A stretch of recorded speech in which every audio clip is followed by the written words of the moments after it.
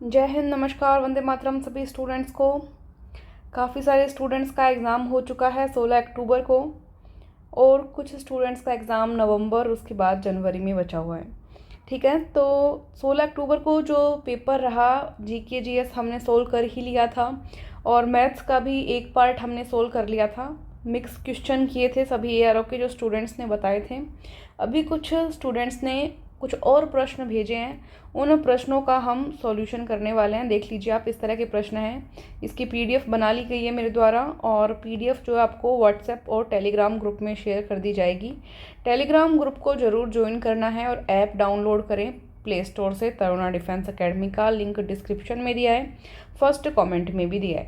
तो प्रश्न आ चुका है आपके सामने। कुछ डिजिट में हो सकता है, कहीं पे 10 दिया हो प्रश्न में और हमने यहाँ पे 15 लिखा हो, क्योंकि स्टूडेंट्स को पूरा एकदम एग्जैक्ट क्वेश्चन याद रहना मुश्किल होता है। बट लैंग्वेज जो है आपको यही मिलेगी, ठीक है। और ऑलमोस्ट प्रश्न जो है हूबहू लिखने की ट्राई किया गया है, जो ज़्यादातर स्टूडेंट्स ने बताया है। चलिए, पहला क्वेश्चन आपके सामने है, जवाब देंगे। एक नल एक टंकी को 10 मिनट में तथा दूसरा नल उसी टंकी को 15 मिनट में भरता है, तो दोनों नल एक साथ इस टंकी को कितने समय में भर देंगे। इस तरह के क्वेश्चन आपने बहुत बार किए हैं। तो एक नल ए हो गया 10 मिनट में भरता है, एक नल बी हो गया 15 मिनट में भरता है। दोनों का एलसीएम ले लीजिए, कितना आ जाएगा, 30 आ जाएगा। एलसीएम ले लीजिए, कितना आ जाएगा, 30। अब इसको क्या करते थे हम, डिवाइड करते थे 30/10 और 30/15 कितना आ जाएगा, यहाँ पे लिख लीजिए ए प्लस बी। 30/10 करेंगे तो 0, ये 3 बार आ जाएगा, और 15 का भाग देंगे तो 2 बार। 3 + 2 यहाँ पे आपका रहेगा। तो एक साथ कितनी देर में भरेंगे ये आपको निकालना है। तो क्या करोगे, 30/3 + 2, 3 + 2 कितना हो गया, 5। 30/5 भाग देंगे 6 मिनट, आपके पास उत्तर आ जाएगा फटाफट से। ये इतना लिखा भी आपको समझाने के लिए है, बाकी आप सीधा सा मन में भी कर सकते हो कि 30 एलसीएम आया, भाग दिया 3, और 15 का भाग दिया 2, 3 और 2 5, 30 में भाग देंगे, सीधा 6 उत्तर आएगा। तो पेन उठाने की भी ज़रूरत ऐसे सवालों में नहीं थी। ये देखिए कितना सीधा सा सूत्र पूछा है। यहाँ पे गुणनखंड याद करना है आपको इसका।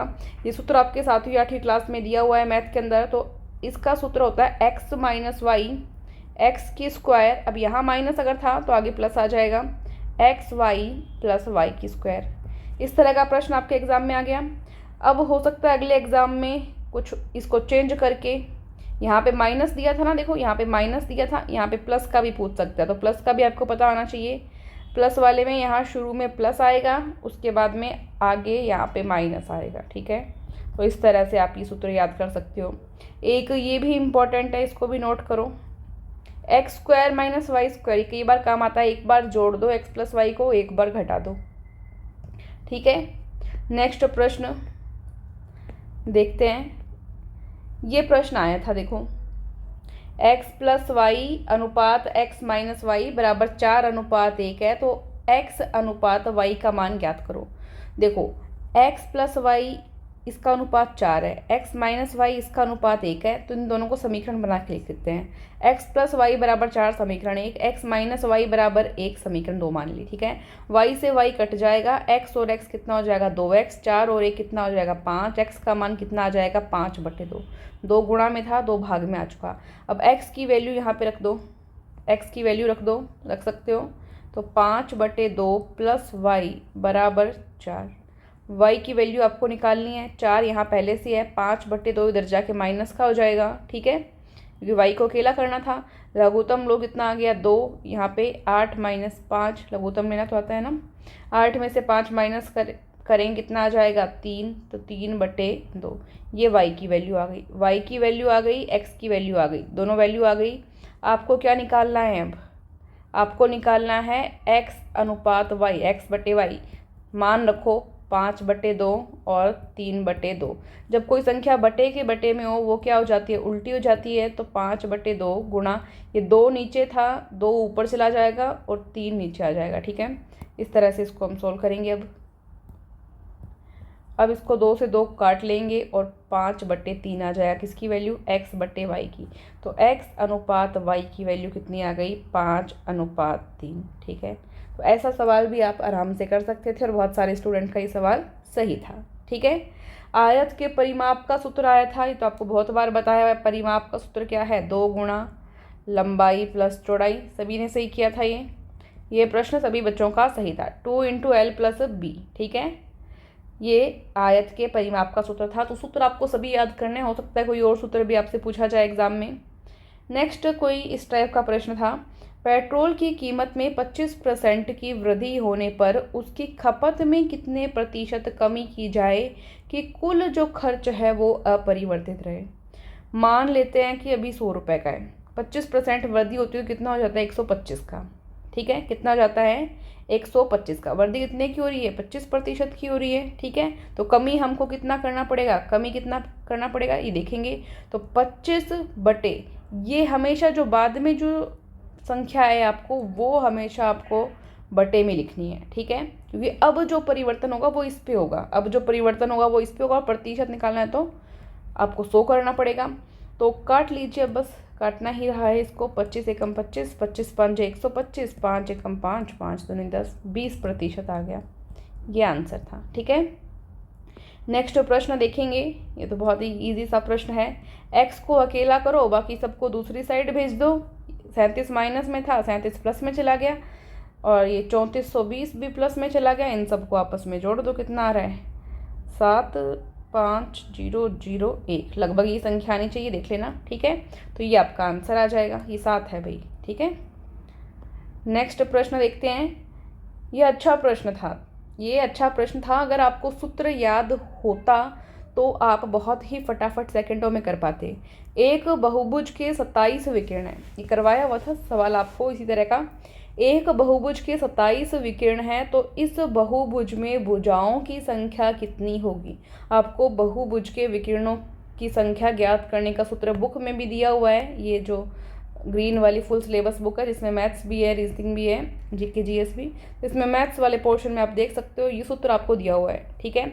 इस सूत्र से आपको ये सवाल करना था।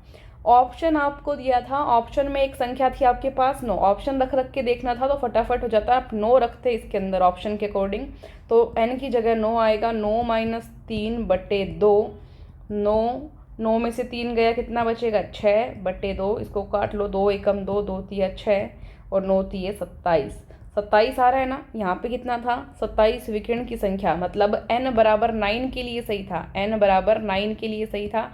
मतलब बहुभुज की जो भुजाएं हैं वो कितनी हो जाएंगी? 9 हो जाएंगी। भुजाओं की संख्या, बहुभुज के भुजाओं की संख्या कितनी हो जाएगी? 9 हो जाएगी। 9 आपका आंसर था, ठीक है।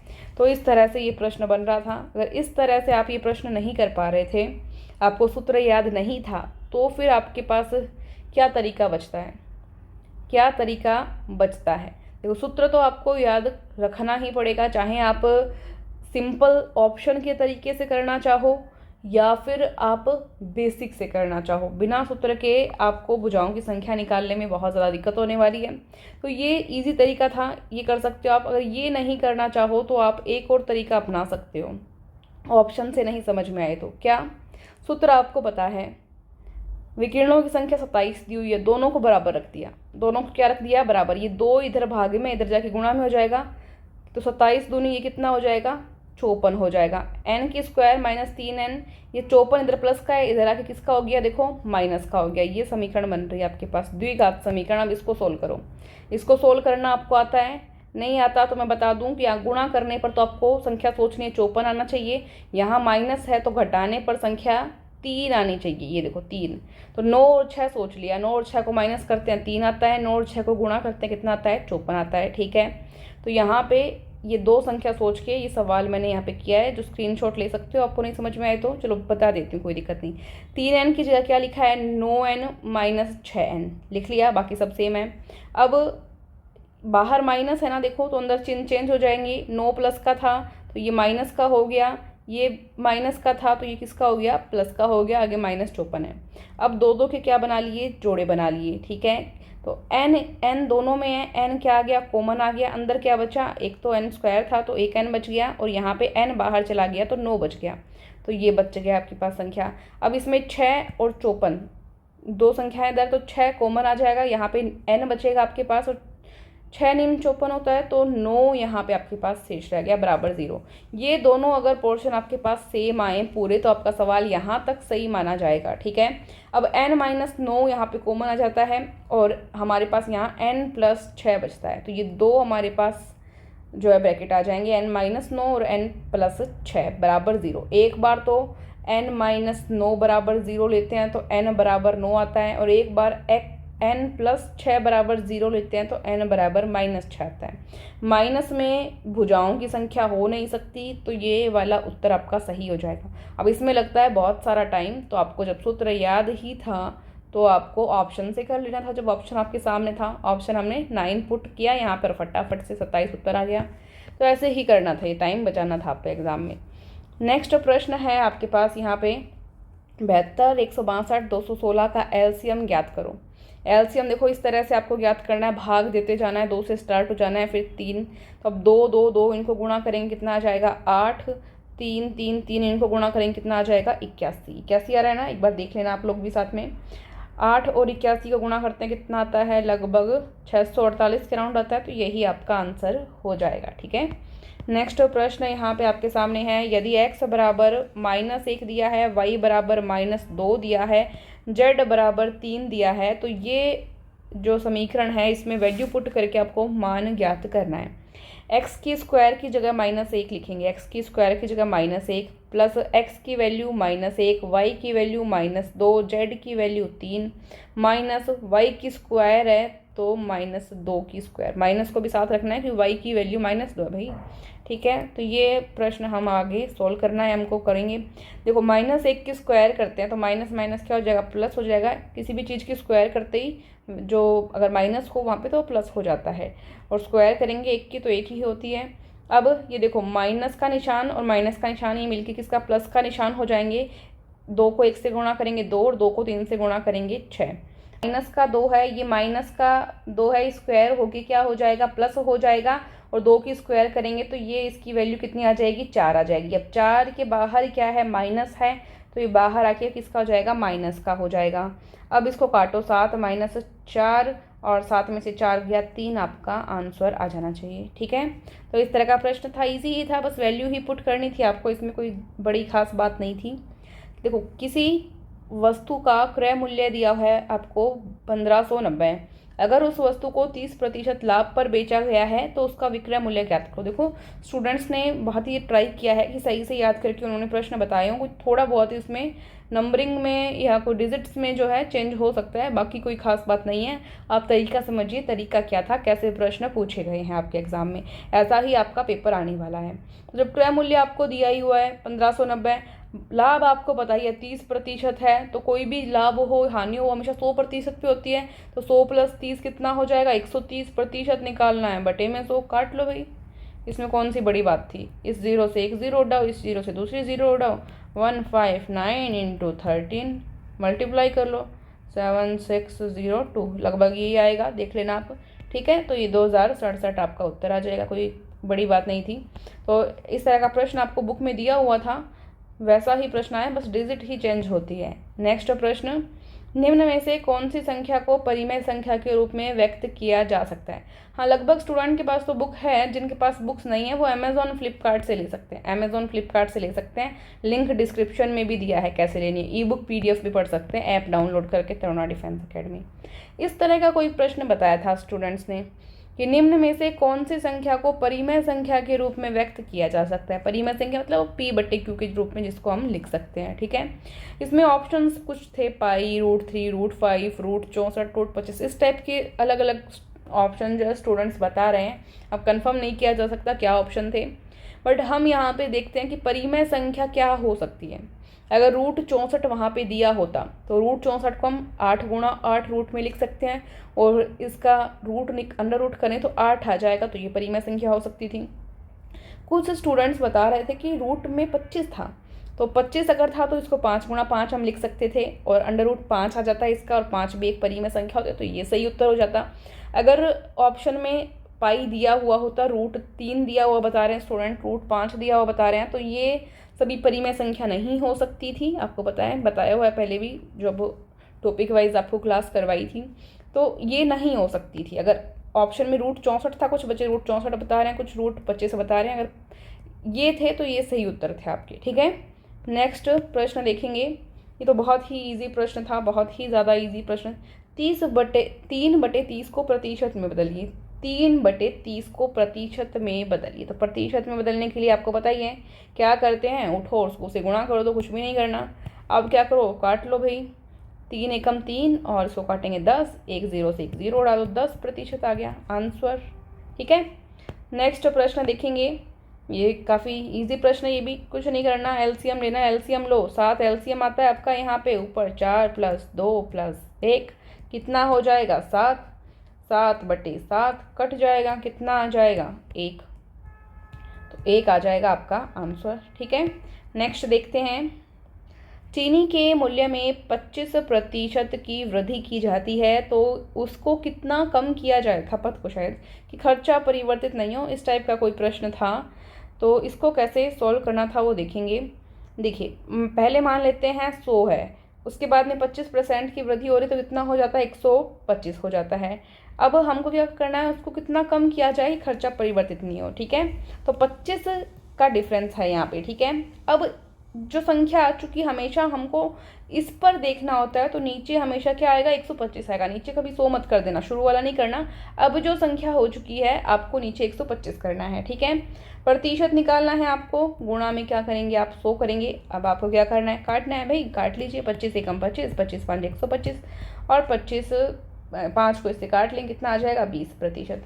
अब स्टूडेंट्स बता रहे थे कि 20% ऑप्शन में नहीं था, ऑप्शन में था 0.20, 2.0, 2.5, इस टाइप के कुछ ऑप्शंस बता रहे थे स्टूडेंट्स, ठीक है। प्रॉपर ऑप्शन उनको याद नहीं थे। इस टाइप के अगर ऑप्शन थे तो आप कैसे कर सकते थे, ये प्रतिशत का निशान है ना, प्रतिशत का निशान हटाएंगे, बटे में क्या आ जाएगा, 100 आ जाएगा, और 2 0 हटा के हम इसको क्या लिख सकते हैं, 0.20। दो संख्या के बाद में पॉइंट लगा देंगे, नीचे से 2 0 हट जाएगी, तो ये आपका आंसर आ जाएगा, ये आ रहा ए ऑप्शन में, ठीक है। तो ये ऑप्शन आपका सही हो जाएगा। देखो पॉइंट के आगे हमेशा 0 लगा देखो, ताकि ये शो हो सके, ठीक है। तो ये प्रश्न था। उसके बाद में बेलन का आयतन, वॉल्यूम पूछी गई है आपको सिलेंडर की, वॉल्यूम पूछी गई है सिलेंडर की। सूत्र आपको बहुत बार बताया हुआ है, πr²h, बुक में सारे दे रखे हैं सूत्र, एक जगह ही उसको याद करोगे बार बार, ठीक है। πr²h, h क्या होती है, हाइट होती है, और r क्या है, ये जो इसमें सर्किल होता है, वृत्त होता है, उसकी त्रिज्या होती है, ठीक है। तो πr²h ये आयतन का सूत्र होता है। अभी देखो, जैसे आयतन का पूछा गया है, आपसे क्षेत्रफल का भी पूछा जाता है। अगर बेलन के पृष्ठीय क्षेत्रफल की बात करें हम, तो इसको हम 2 तरीके से लिख सकते हैं, 2πrh + 2πr², इस तरह से भी लोग लिखते हैं। अब इसमें कॉमन ले लेते हैं 2πr, तो अंदर क्या बच जाता है, h + r, तो इसको हम शॉर्ट फॉर्म में ऐसे याद करते हैं। तो ये आपको याद होना चाहिए। अगर वक्र पृष्ठ का क्षेत्रफल पूछ ले आपसे बेलन का, तो बेलन का वक्र पृष्ठ का क्षेत्रफल का सूत्र होता है 2πrh, तो इसको भी याद करेंगे, इंपॉर्टेंट है भाई, याद तो करना पड़ेगा, ठीक है। अब स्टूडेंट्स बता रहे थे कि कुछ बोर्ड मास के सवाल उनसे पूछे गए थे, तो बोर्ड मास के सवाल में एग्जैक्ट स्टूडेंट्स नहीं बता पाए, तो मैंने कुछ यहाँ मेरी तरफ से ही सवाल बना लिए। तो कोई ऐसे नहीं कहेगा कि ये पर्सन नहीं आया था। एग्जैक्ट नंबरिंग याद रखना, डिजिट याद रखना बहुत मुश्किल होता है स्टूडेंट्स को, तो उन्होंने इतना अगर बता दिया है कि बोर्ड मास के प्रश्न आए हैं तो आप समझ जाना चाहिए वैसे ही, और एग्जाम्पल्स कर लो। तो ऐसे ही मैंने कोई मेरी मर्जी से ही संख्या उठा के ये एग्जाम्पल आपके लिए लेके आई हूँ। तो यहाँ पे आपको सोल्व करना है बोर्ड मास के नियम से, -40 ऐसे ही भाग, पहले जब भी कोई संख्या दी ऊपर बार हो, इसको सोल्व करना है आपको सब कुछ भूल के। तो सोल्व करो, 6 आगे क्या है, माइनस है ना, इसको सोल्व करो, 6 में से 1 गया 5, ठीक है, वापस ऐसे का ऐसा लिखा, कोई बात नहीं अभी हो जाएगा। 40 भाग 8, आप भी करो फटाफट पेन लेके। अब छोटा ब्रैकेट सोल्व करना है आपको, अब क्या करना है, छोटा ब्रैकेट सोल्व करना है। तो 6 में से 5 माइनस क्या, कितना आ जाएगा, 1 आ जाएगा, ठीक है, छोटा ब्रैकेट खत्म हो चुका। 25 - 40 भाग 8 को 1 से गुणा किया, 8 एकम 8, मंजिला ब्रैकेट खत्म हो चुका, ओनली बड़ा ब्रैकेट बचा है, मीट, ठीक है। 25 - 40 में भाग दो 8 का, 5 बार जाएगा, 25 - 5 कितना हो जाएगा, 20 आंसर आ जाएगा, आपका भी आ गया होगा, ठीक है। नेक्स्ट प्रश्न, एक और प्रश्न लिया है क्योंकि एग्जैक्ट नहीं पता ना नंबर क्या था, तो 2-3 प्रश्न लेके प्रैक्टिस करवा देते हैं, ठीक है। 50 माइनस 20 प्लस 30 माइनस 20 में से 5 माइनस करो, कितना हो जाएगा 15, छोटा ब्रैकेट ख़त्म। नेक्स्ट 50 माइनस 20 प्लस 30 में से 15 माइनस करो, 15 बचेगा, मंजिला ब्रैकेट ख़त्म। 50 माइनस 20 और 15 कितना हो जाएगा 35। अब 50 में से 35 माइनस कर लो 15, ये आपका आंसर आ जाएगा। कितना इजी था। एक प्रश्न और जल्दी से आप करके बताओ, जल्दी से बताओ, कमेंट बॉक्स में जवाब दो। हाँ, क्लास को शेयर कैसे नहीं कर रहे, क्लास को शेयर करें, हम भी मेहनत कर रहे हैं, आप भी मेहनत कर रहे हैं, तो थोड़ी सी मेहनत और करें, क्लास को शेयर करें। देखो ज़्यादा स्टूडेंट्स होंगे, ज़्यादा कंपटीशन बढ़ेगा, और कंपटीशन बढ़ेगा तभी जीतने का, सवाल करने का मज़ा आएगा। चलो जल्दी से करो। देखो जब भी इस तरह का प्रश्न आए, सबसे पहले आपको बताया हुआ है क्या करना है। ऐसे प्रश्नों में भाग करोगे, बोर्ड मास के नियम पे चलोगे, तो 30 में 5 का भाग दोगे 6 बार जाएगा, प्लस 4 गुणा 2 माइनस 14, ऐसे का ऐसे लिख लिया। अब 6 को ऐसे ही लिखा, 4 और 2, अब ये गुणा करना है आपको, गुणा करोगे कितना आ जाएगा 4 दूनी 8 माइनस 14। अब इसको जोड़ लिया, कितना आ जाएगा यहाँ पे 0, तो 0 आपका आंसर आ रहा है, ठीक है। हो गई या बचा है एक आधा क्वेश्चन, देखते हैं। अमेज़ॉन फ्लिपकार्ट पे बुक ले सकते हैं आप, टेलीग्राम ग्रुप ज्वाइन कर सकते हैं, PDF मिल जाएगी आपको, कोई दिक्कत नहीं है। एक प्रश्न हो रहा है शायद, ठीक है, एक प्रश्न हो रहा है। x 7 का 50% है और y z का 25% है, तो x y से कितना प्रतिशत अधिक है, ये आपको बताना है। आपने संख्या मान ली x y और z। प्रश्न ने कहा है कि x z का 50% है और y z का 25%, मतलब हर एक चीज़ z पे डिपेंड कर रही है, तो z हमने मान लिया कितना 100 मान लिया। अब x z का 50% है, मतलब x क्या हो गया अब 50% हो गया, ठीक है। और y z का 25% है, तो 100 का 25% कितना होता है 25 होता है, तो ये 25 हो गया, इतना हो गया। अब क्या पूछा है सवाल में कि x y से कितना प्रतिशत अधिक है, x जो है y से कितना प्रतिशत अधिक है। जिसके साथ में से लगा हुआ आता है ना, हमेशा वो संख्या कहाँ आएगी, नीचे आएगी, हमेशा कहाँ आएगी, नीचे आएगी, ठीक है। अब x y से कितना अधिक है, तो 50 माइनस 25, ये वैल्यू है। अंतर कितना आ गया 25 का, ये अंतर यहाँ पे लिखोगे 25, और प्रतिशत निकालना है तो गुणा में 100 करना है आपको, ठीक है। काट लो, 25 एकम 25, 100 बच जाएगा। 100% अधिक है, 100% अधिक है, ठीक है। कौन, x y से 100% अधिक है, x y से 100% अधिक है, ये आपका आंसर आ गया, ठीक है। इतने ही प्रश्न थे जो पता चल पाए हैं। कुछ प्रश्न पहले जो एक क्लास रही थी मैथ्स की और रीजनिंग के भी थे, उसमें वो करवा दिए गए हैं, उसकी भी PDF जो है टेलीग्राम ग्रुप पर आपको शेयर कर दी गई है, तो आपने डाउनलोड कर ही ली होगी। अपने साथियों के साथ भी शेयर करें, और अगर क्लास पसंद आती है तो लाइक और शेयर ज़रूर करें। Thank you so much. जय हिंद, जय Bharat, Vande Mataram, all the best सभी को।